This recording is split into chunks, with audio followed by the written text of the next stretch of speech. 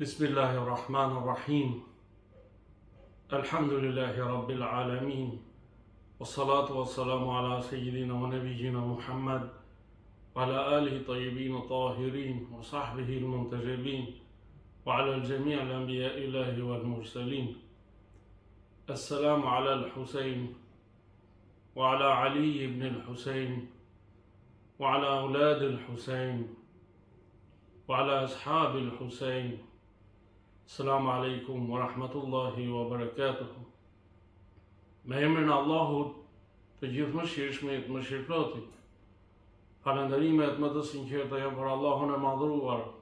Paqja e bekimet e Allahut qofshin mbi profetin Muhammed, mbi familjen e tij të pastër, mbi shokët e tij të zgjedhur dhe mbi të gjithë të dërguarit dhe profetët e Allahut të madhruar.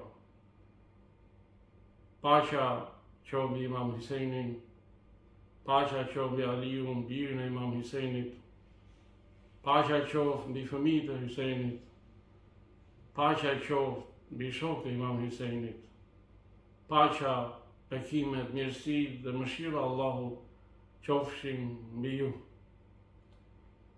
Sot jemi në ditën e 10 të muajit Muharram,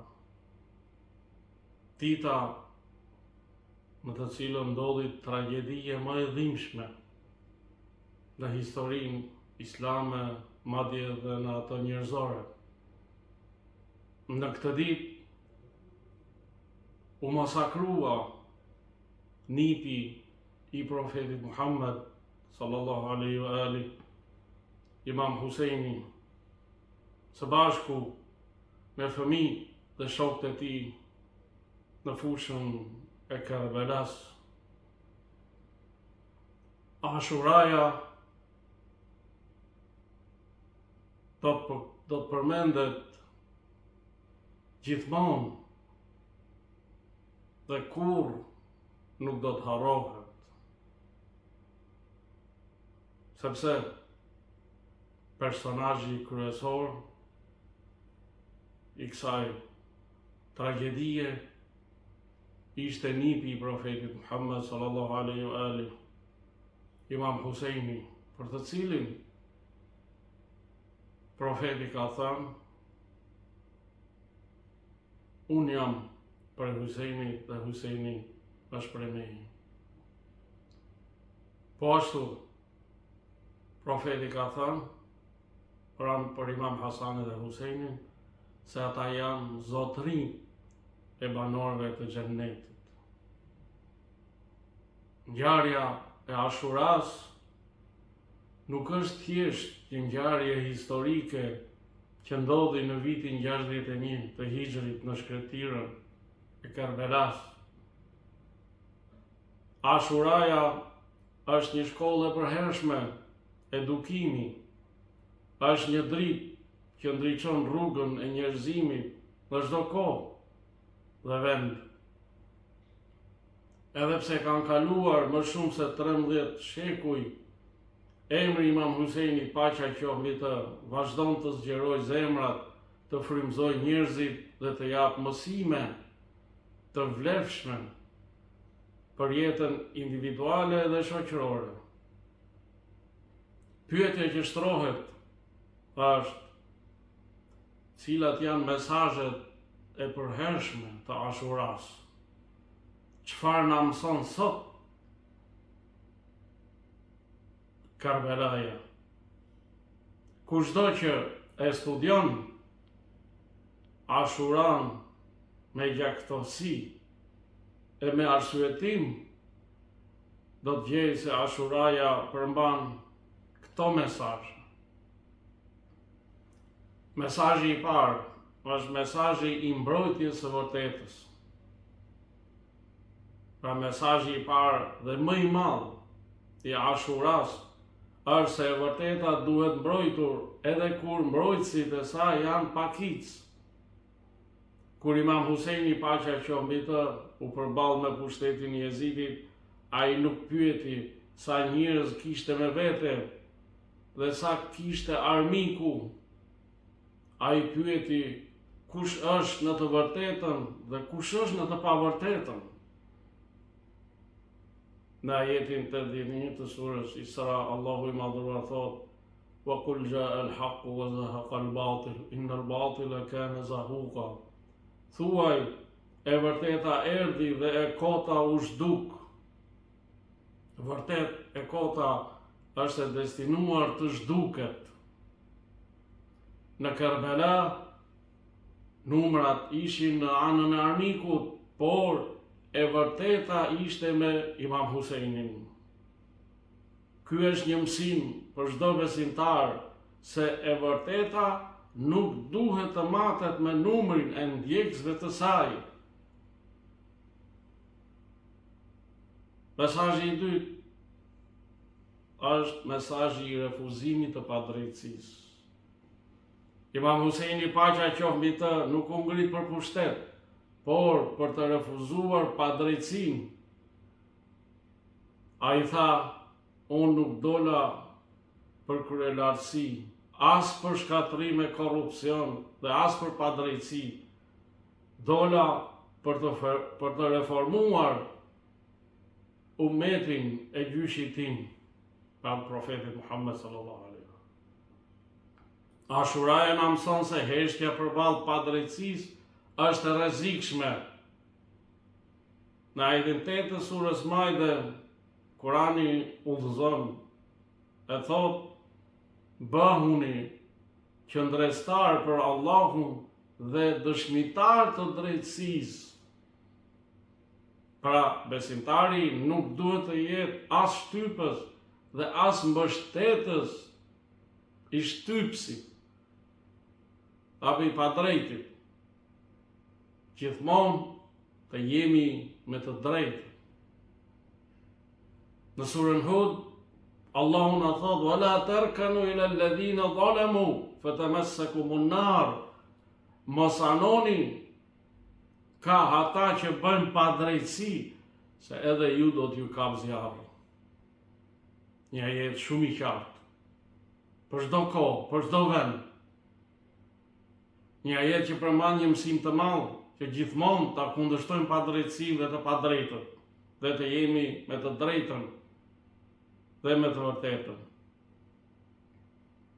I treti, mesazhi i sakrificës për fenë.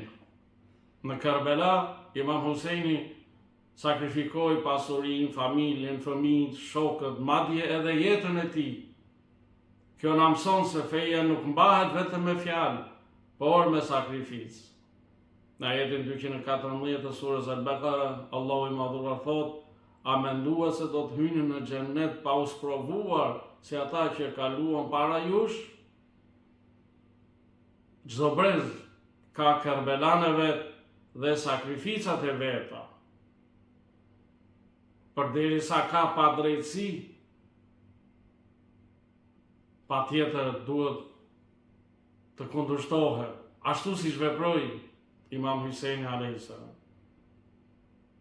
I katërti, mesazhi i dinjitetit dhe i krenarisë. Një nga thënjet më të famshme të Imam Husejnit, paqja qoftë mbi të, është: "Larg nesh poshtrimi, pra hayhat min adhilla." Imam Husejni refuzoi të nënshtrohej para tiranisë, edhe kur e dinte se do të martirizohej. Ashuraja na mëson se besimtari mund të humbas pasurinë ose jetën, por nuk duhet të humbas dinjitetin e tij. Duhet të jetojë në këtë jetë me dinjitet, me krenari, dhe jo në poshtrim. I pesti, mesazhi i durimit. Ngjarja e Kerbelas është epopeja më e madhe e durimit. Imam Husejni, paqja qoftë mbi të, pa me sytë e tij vrasjen e shokëve, rënien e familjarëve, martirizimin e djalit të tij Ali Ekber, martirizimin e foshnjës Aliu Asghar Abdullah, martirizimin e vllajt të tij Abul Fadl Abbas, i njohur si Abbas Aliu, në mesin e alevitëve shqipfolës. Megjithatë, ai, Imam Husejni, nuk u largua nga rruga e Allahut dhe bëri durim. Sepse ai ishte i ditur për thënien e Allahut fuqiplot, i cili thot vërtet Allahu është me durimtarët, dhe se Allahu do t'i shpërblej durimtarët pa mas. Durimi në Ashura nuk ishte dobësi, por forca më e madhe shpirtërore. Ky durim i Imam Husajnit në Kerbela duhet të jetë gjithmonë tek ne. Duhet të jemi të veshur, të pajisur me cilësinë e durimit. E veçanërisht në këtë kohë,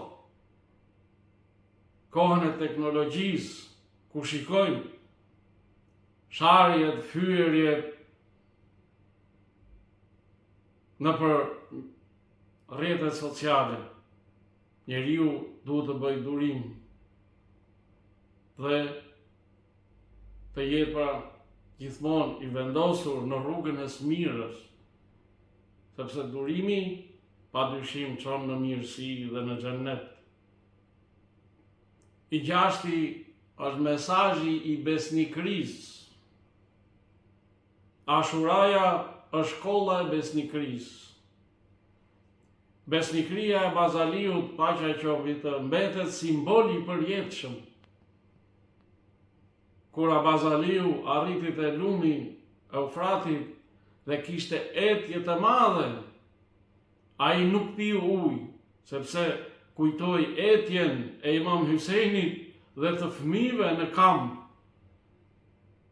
Kur ishte te uji i lumit, ai tha: "O shpirti im, pas Husajnit nuk ke vlerë.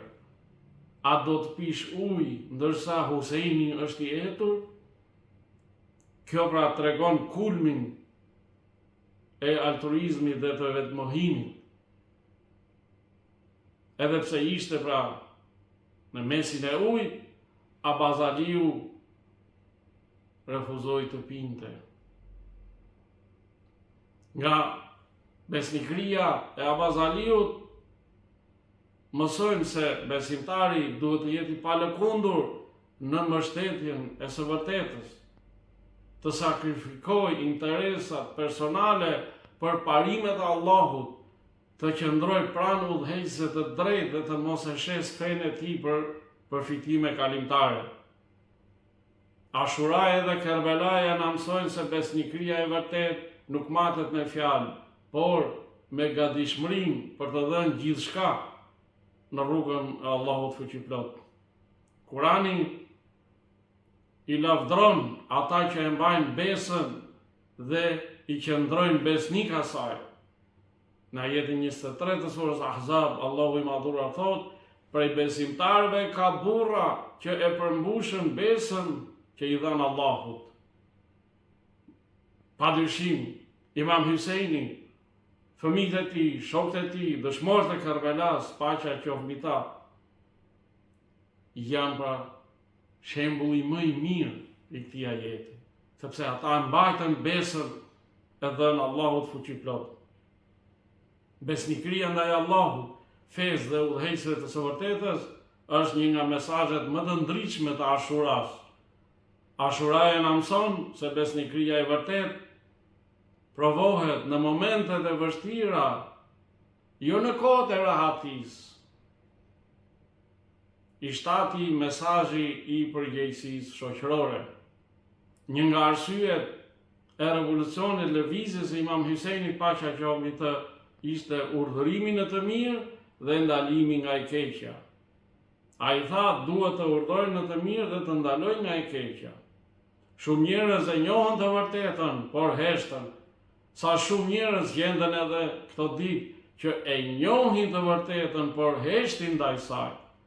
Një shembull i kësaj është e vërteta e Kerbelas dhe e vërteta e Ashuras. Kjo heshtje e dëmton shumë umetin islam. Ashuraja na mëson se indiferenca ndaj së keqes bën që e keqja të mbulojë shoqërinë. Dhe këtë po e shohim edhe sot në këto ditë. për shkak të mos ndalimit nga e keqja, ajo ka përfshirë mbar njerëzimin. Qielli i dynjas është i mbuluar me llojet e të kijave. I teti është mesazhi i rolit të gruas në mbrojtjen e së vërtetës. Pas Ashuras filloi një etapë tjetër e përpjekjes, e sakrificës, dhe kjo ishte përpjekja e fjalës, përpjekja e sqarimit të së vërtetës. Kjo etapë u udhëhoj nga Imam Zejnul Abidin dhe nga zonja e madhe Zejnep, paqja qoftë mbi ta, në pallatin e Ibn Ziyadit dhe më vonë në Sham, Damas, zonja Zejnep mbrojti mesazhin e Karbelas me guxim të jashtëzakonshëm.